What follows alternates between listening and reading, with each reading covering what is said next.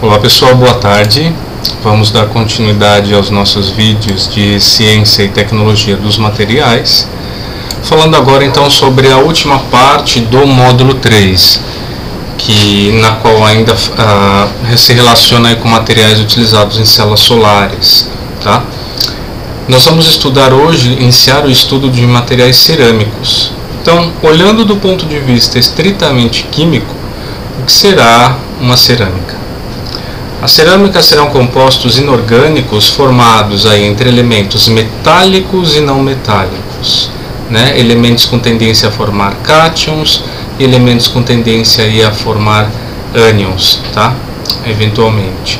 E o principal tipo de ligação predominante será a ligação iônica, com algum caráter covalente.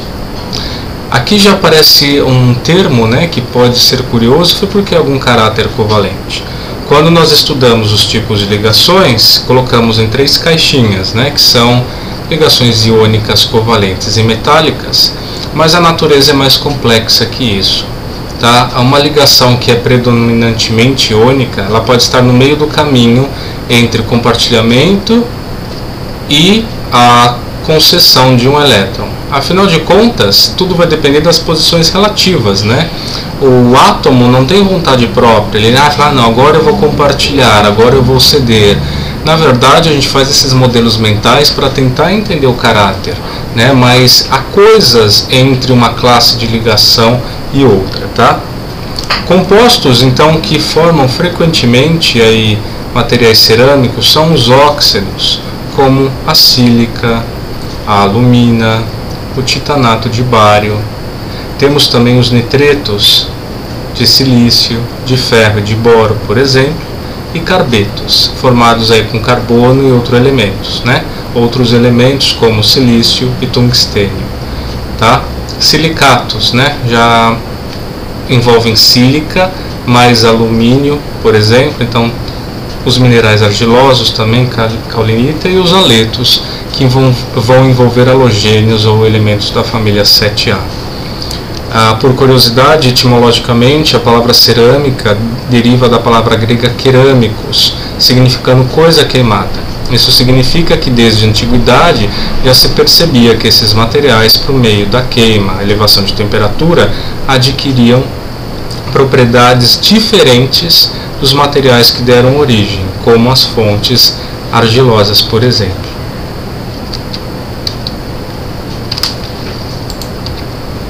Se a gente olhar então as cerâmicas silicatadas, ou seja, as cerâmicas que vão conter silício, aqui tem basicamente alguns exemplos no quadro de baixo, mas o primeiro quadro já é interessante pelo seguinte, né? Na verdade ele não se trata de cerâmica silicatada, mas ele vem mostrar o percentual de caráter iônico das ligações dentro de materiais que formam cerâmicas. Então, para um fluoreto de cálcio, onde você tem uma grande diferença de eletronegatividades, o percentual de caráter iônico é 89.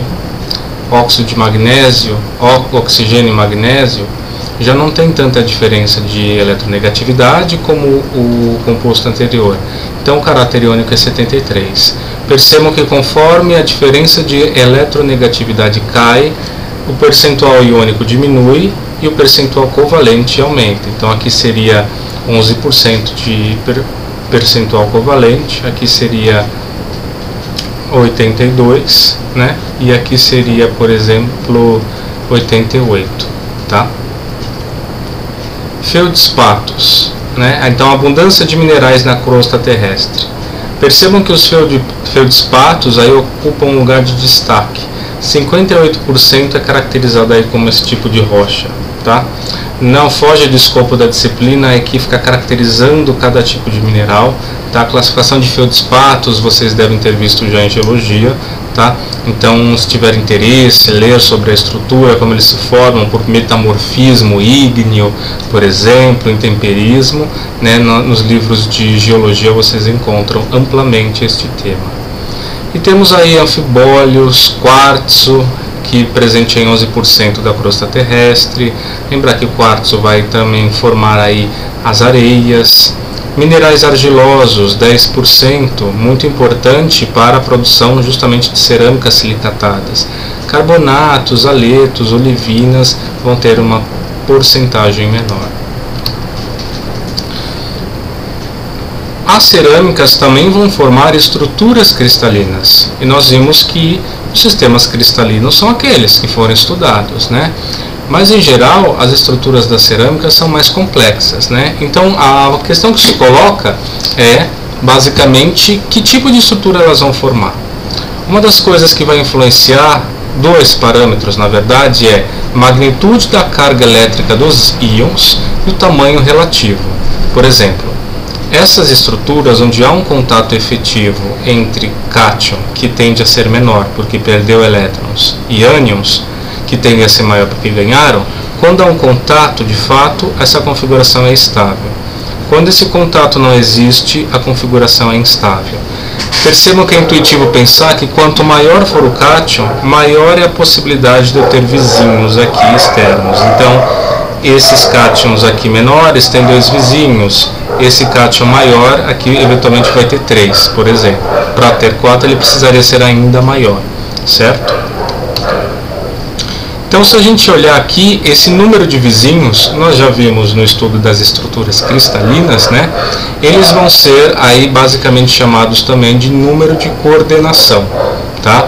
Onde você pode, por exemplo, ter de 2 a 8 vizinhos, e o que vai mudar é o tamanho relativo deles. Quando a diferença de tamanho é muito grande, poucos vizinhos. Diferença de tamanho pequena, tenho mais vizinhos, tá? Então você percebe justamente essas tendências. Esse gráfico do lado esquerdo é interessante para a gente analisar em termos de elementos químicos como muda a composição no corpo humano e na crosta terrestre. No corpo humano, aqui dominando aqui o oxigênio, em segundo lugar carbono. Na crosta terrestre, dominando também o oxigênio, embora em menor proporção que no corpo humano. Mas em segundo lugar, em vez do carbono, temos o silício. Em terceiro, o alumínio. E em quarto, o ferro. Mesmo sendo o quarto elemento mais preponderante, 4,7% é muita coisa. Ele é um material de engenharia amplamente utilizado na forma dos aços. Então, separando, quando é dito que cerâmicas podem formar estruturas cristalinas, não só, né, você vai ter cerâmicas cristalinas, mas também as amorfas. As cristalinas vão seguir os sistemas que nós estudamos, mas agora é mais complexo, porque não há apenas um elemento, não há apenas o ferro, não há apenas o alumínio ou apenas o cobre, como naquele contexto em que nós estávamos estudando, focando em metais. Você tem mais de um elemento. E é a mesma estrutura, só que um elemento vai ocupar as posições que já nós vimos antes, por exemplo, na cúbica de face centrada ou de corpo centrado. Um outro elemento vai ocupar os interstícios, os espaços vazios dentro dessa estrutura. Percebam que isso torna a estrutura em si mais complexa, né? Por exemplo, quando a gente fala de argila, um material tão, a gente vai ver daqui a pouco, um material tão recorrente, né? Ele tem embora pareça ser um material corriqueiro, em termos de estrutura ele é extremamente complexo, tá? E rico. Do outro lado, formando aí a partir de tetraedros de silício e oxigênio, você tem os vidros. Então aqui você tem, por exemplo, um vidro simplesmente de sílica e aqui um vidro de sílica onde foi adicionado sódio. A inserção dos elementos nos vidros vai servir aí para melhorar propriedades ópticas e mecânicas. Em função do tipo de estrutura cristalina, nós poderemos também ter diferentes sistemas, tá? Para os materiais cerâmicos, onde eu tenho apenas um cátion para cada ânion, tendo então 2 elementos químicos diferentes. Quando eles têm cargas diferentes, eu tenho M ânions para P cátions, tá?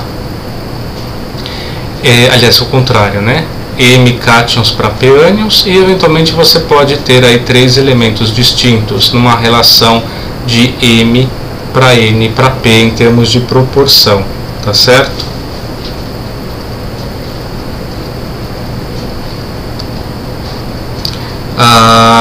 Formando estrutura do tipo AX, tá? Então, por exemplo, o NaCl, né? Estrutura do NaCl com ânions Cl- nos vértices e cátions An- nos interstícios. O que isso significa? É uma estrutura cristalina conhecida, onde as posições do retículo vão ser ocupadas pelo Cl-, porém as posições do retículo, né, pelo Cl-, e os interstícios então serão ocupados aí pelo Na+, tá certo? Além disso, pessoal, nesse tipo de estrutura X, cada cátion é ligado a 6 ânions, ou seja, o número de coordenação é 6, tá? E óxido de ferro, óxido de magnésio, fluoreto de lítio, sulfeto de manganês são cerâmicas com estrutura comum aí, com estruturas comuns como a do NaCl, tá certo? Perceba, uma célula unitária para essa estrutura cristalina é gerada a partir de uma configuração dos ânions do tipo cúbica de face centrada, com os cátions, que são menores, né, do que os ânions aqui de Cl-, nos interstícios, certo? Estruturas do tipo AX, exemplos. Então, o cloreto de sódio teria, o salgema do qual você pode extraí-lo teria esta cara aqui. A estrutura nós já vimos. Em muitos casos, então, em vez de falar de célula unitária, compensa eu identificar estruturas tridimensionais conhecidas numa estrutura cristalina, como octaedros e tetraedros, e analisar a estrutura deste ponto de vista. Isso não significa que aquele sistema cristalino CFC não esteja lá, não é isso.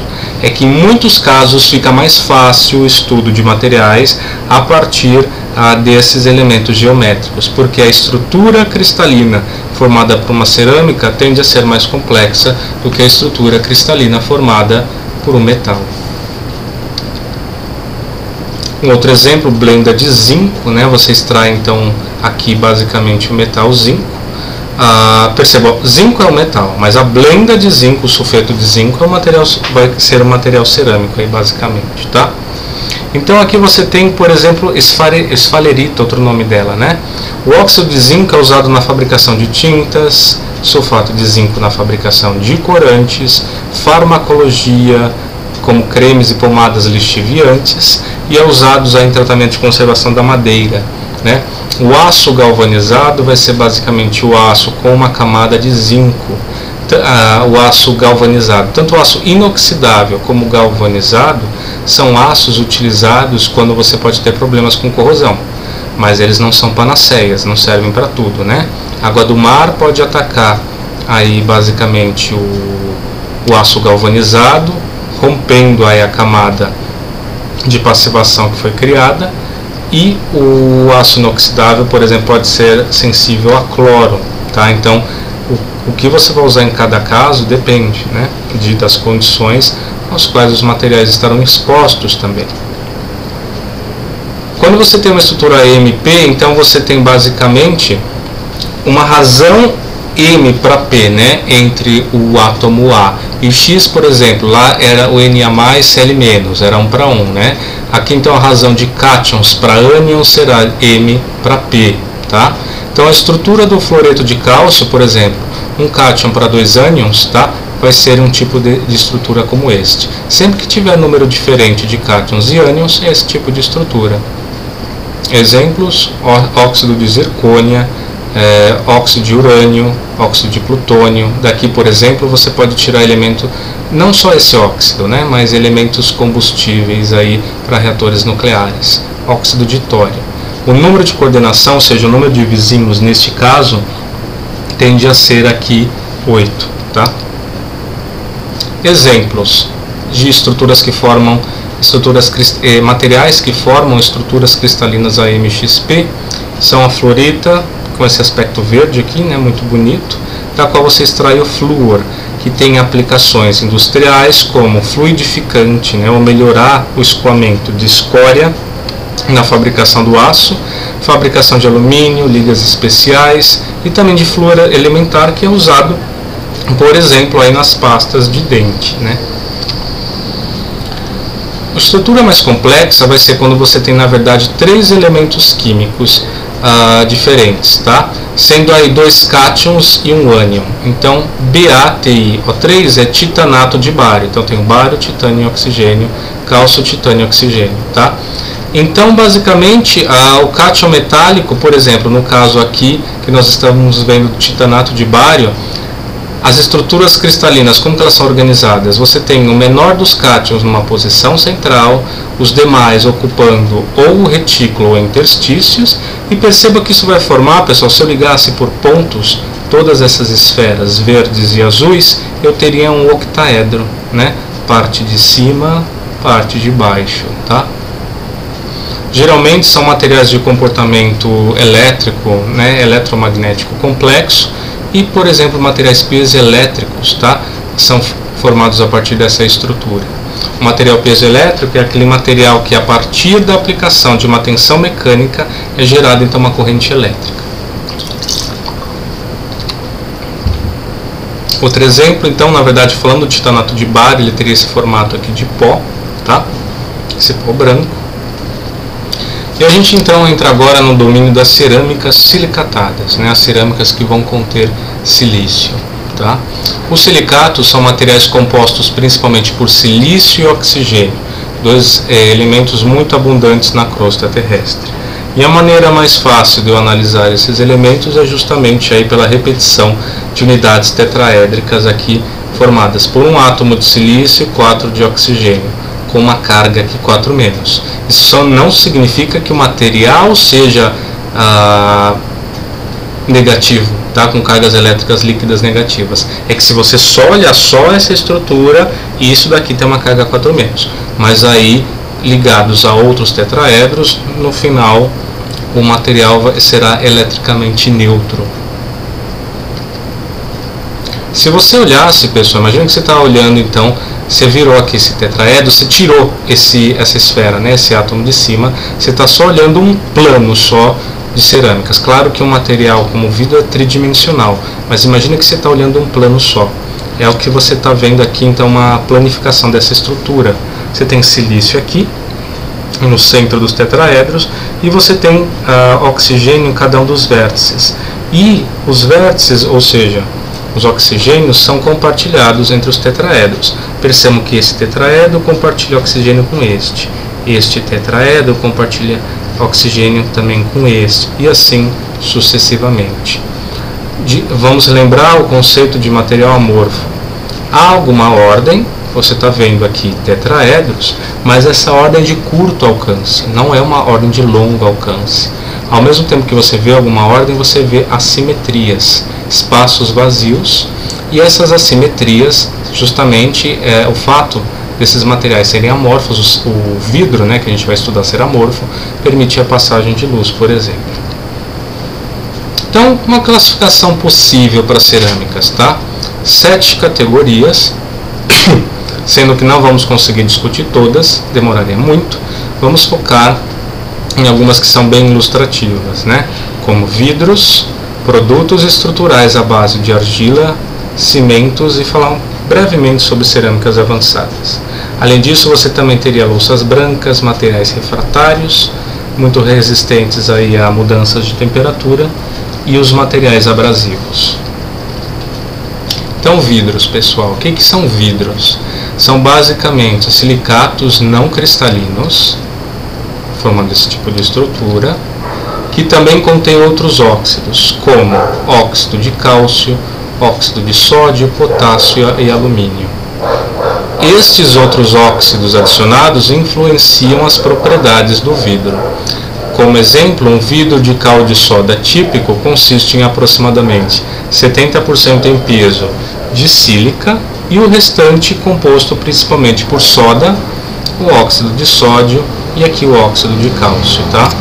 Uma outra maneira de olhar essa mesma estrutura, se eu olhasse tridimensionalmente uma parte dela e observar vários tetraedros compartilhando oxigênios, como nós vimos aqui.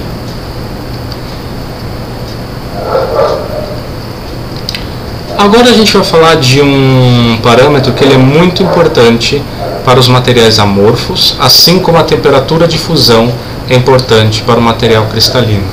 E este conceito é muito importante porque ele é retomado na discussão sobre polímeros. O que você está vendo neste gráfico, então, é um gráfico de volume específico, por exemplo, em metros cúbicos por quilograma, numa escala de temperatura aí genérica.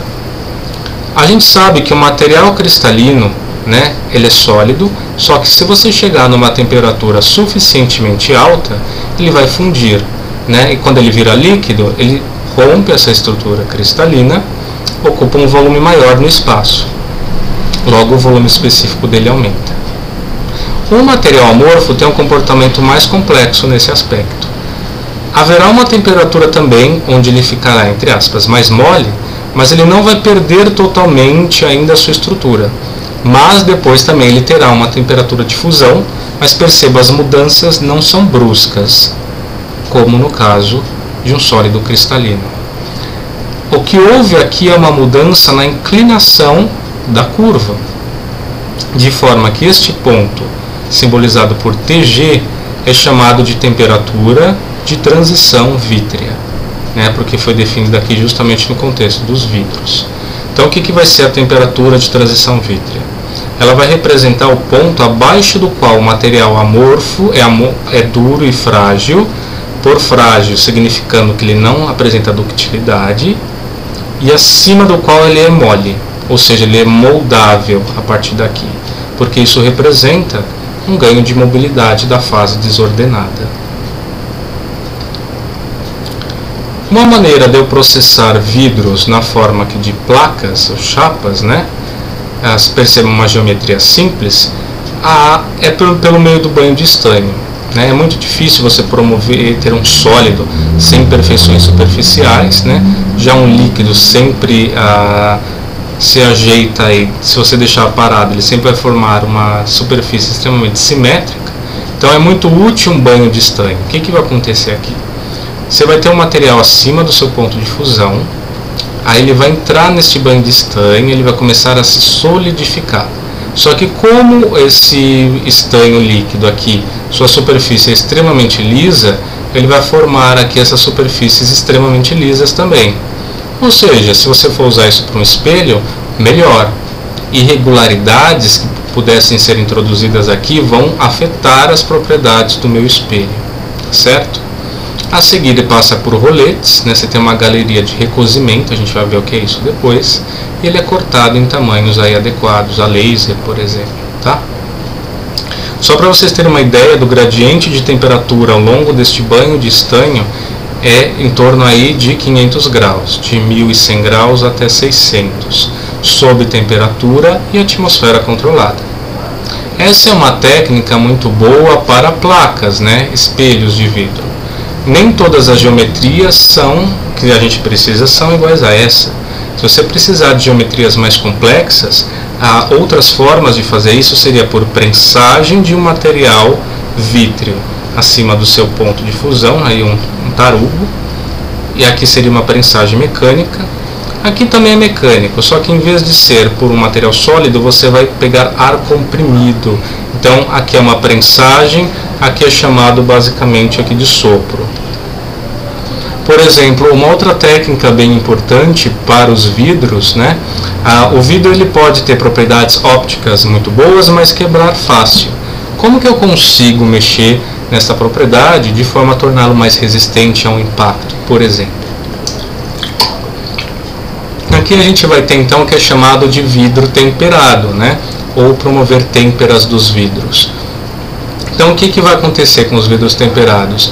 Você vai basicamente, tensões térmicas podem ser introduzidas no material por meio de um resfriamento rápido. Então imagine que estas peças que saíram desse banho de estanho e foram cortadas, vão entrar aqui num forno, onde isso vai ser reaquecido, mas não acima a ponto de alcançar temperatura de fusão, vai ser reaquecido numa temperatura menor.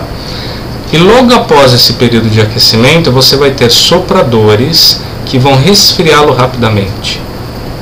Nesse processo de resfriá-lo rapidamente, a superfície do vidro vai resfriar mais rápido do que o centro. Então é como se a superfície puxasse o centro, e por ação e reação o centro puxa a superfície. De forma que o que você vai ter basicamente é aqui, ó, tensões compressivas na parte externa, com valores positivos aqui de tensão, e tensões trativas ou de tração na parte interna. Então imagina que o que você está vendo aqui nesse gráfico, você está olhando a a borda, né, a espessura de um vidro na lateral. Aqui seriam as superfícies, aqui seria o centro do vidro, tá? Então, no centro do vidro, longe da superfície, você tem aí esforços de tração residuais e aqui de compressão. De onde saíram esses esforços residuais? De uma diferença de resfriamento entre as partes mais externas e as partes mais internas. Por que que isso é importante? Imagine que estou fazendo um teste de impacto, tá? Vamos pegar um valor hipotético, tá? Isso daqui é libra-força por polegada quadrada. Antes eu precisava atingir 15 libra-força por polegada quadrada para quebrar o vidro.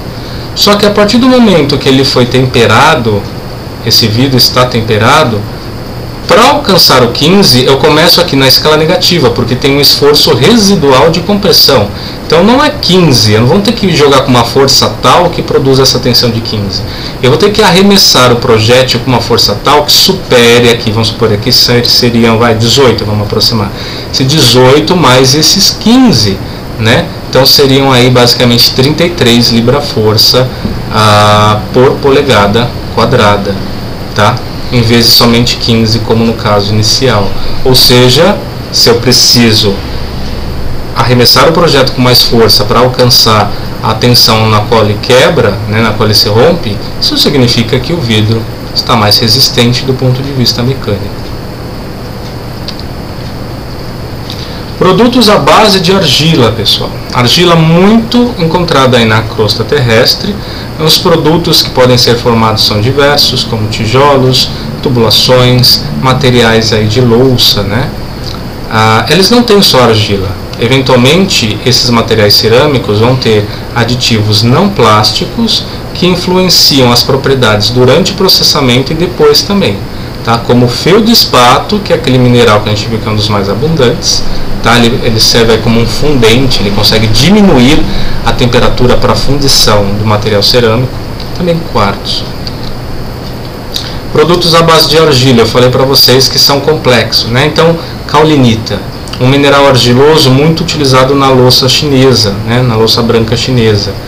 Se você olhasse a estrutura da caulinita, pegasse apenas um recorte dela, você veria octaedros de alumina, tá, com tetraedros de silicatos, tá? Então aluminatos e silicatos, isso vai se repetindo. Essa estrutura é mais complexa, né, do que provavelmente a gente imaginaria aí para um material que é corriqueiro, tá? O fato do material ser corriqueiro não significa que a sua estrutura seja simples, tá? E aqui você teria aí os grãos observados por uma microscopia eletrônica. Um efeito interessante é se eu olhasse então mais de uma camada, né, se eu olhasse duas camadas aí formadas por tetraedros e octaedros, aqui a gente tem uma estrutura de um outro mineral argiloso que é a montimorilonita. Também você vai ter um conjunto aqui é uma camada de octaedros e tetraedros, aqui é outra. Entre uma camada e outra você encontra água, tá? Então justamente a capacidade das argilas em agregar água vem justamente desses espaços interplanares. A água consegue permear esses espaços, mas não só. Percebam que tem cátions aqui, como por exemplo Mg2 ou cálcio, por exemplo. O que pode acontecer nessa estrutura é o que é chamado de substituição iônica. O cálcio ou potássio, por exemplo, podem se difundir e trocar de lugar com um átomo de alumínio. Então eu vou substituindo aí, tendo uma substituição iônica por difusão molecular dentro dessa estrutura. Isso ao longo do tempo vai mudando a estrutura da minha argila. Percebam então a complexidade estrutural e a possibilidade aí de transformação dos minerais ao longo do tempo. Fabricação de um material que é feito aí nessa forma seria moagem ou trituração no primeiro momento, para ter uma granulometria adequada, por peneiramento. Eu vou adicionar o que pode me ajudar durante o processo, como os fundentes, e o que pode ajudar também nas propriedades mecânicas, como antiplásticos, tá? Eu posso fazer uma conformação hidroplástica, que é uma espécie de extrusão, ela é mais mecânica, ou eu posso deixar a minha mistura em suspensão num molde até que se seque, e depois eu vou aplicar uma temperatura alta, tá? É um processo de fazer um vaso, tá? o processo em si, a ideia geral dele é simples mesmo, né? A complexidade pode vir aqui nos detalhes do processo, o que você vai adicionar. Cimentos, um outro material muito, né, utilizado. O que vai ser um cimento? Cimento inorgânico, também chamado de gesso de Paris e cal, né, são considerados materiais cerâmicos, tá? Os cimentos hidráulicos precisam de água para formar um sólido. A gente vai ver a reação em breve. Então, o que é o cimento Portland, muito usado aí em obras, né? Ele é produzido pela moagem de uma mistura de argilas e minerais argilosos, que contém cal, óxido de cálcio, que foi formado em altofornos por meio de aplicação de calor. Então, eu tinha carbonato de cálcio, né, extrair fontes de carbonato de cálcio, e por meio de aplicação de calor em altofornos eu produzia cal, tá? Liberando CO2, né? Em proporções adequadas, que vai depender do tipo de cimento. Depois a mistura é aquecida numa temperatura em torno de 1400 graus Celsius em forno rotativo, e o produto formado, as bolotinhas, são chamadas de clinker. São aí moídas num pão muito fino, ao qual se adiciona uma porção de gesso para retardar o processo de pega do cimento, o processo de endurecimento, tá? Como exemplo, eu coloco aqui o cimento Portland 2, onde você tem aí grande parte dele formada por cal, depois sílica com 21%, alumina em torno de 6%, e assim sucessivamente. Outros óxidos aí estão presentes nos minerais adicionados, tá? Aí você tem a resistência mecânica dele, ensaios físicos, tá? Então tem vários tipos de cimento Portland. Esse é um exemplo aí de tabela. Uma ideia que pode parecer intuitiva no primeiro momento é pensar assim: adicionei água ao cimento, então ele vai endurecer depois que ele perder essa água, não é? É isso, mas ao contrário. Exatamente a ideia oposta, tá? Talvez seja contra-intuitiva num primeiro momento, mas o que vai acontecer é o seguinte: imagina que você tem partículas de cimento ao qual você misturou água para fazer uma modelagem, tá? Esta reação da água com o cimento, formado por cal e outros minerais, é uma reação isotérmica, então ela libera calor, por isso que você sente o aquecimento. Também no gesso, né, também isso é possível de sentir. Nesse processo, pessoal, vão sendo formadas espículas, e espículas por agregação da água na estrutura, que se você deixar continuar, vão se agregar cada vez mais, até chegar no estado aí que o material está endurecido. Então, o que aconteceu, na verdade, para endurecimento foi o seguinte: essa seria uma maneira de ilustrar basicamente a estrutura de um cimento. Percebam que tem outras coisas, né, mas me interessa essa reação, tá? A partir de uma ligação de óxido de cálcio e sílica, que são aqui os materiais mais preponderantes no cimento, com agregação de X moléculas de água, aí que eu vou promover o endurecimento.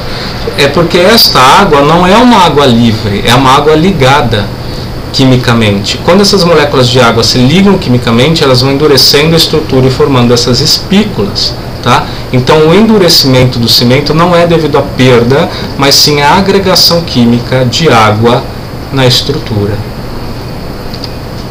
Por fim, pessoal, o que a gente vai chamar de cerâmicas avançadas?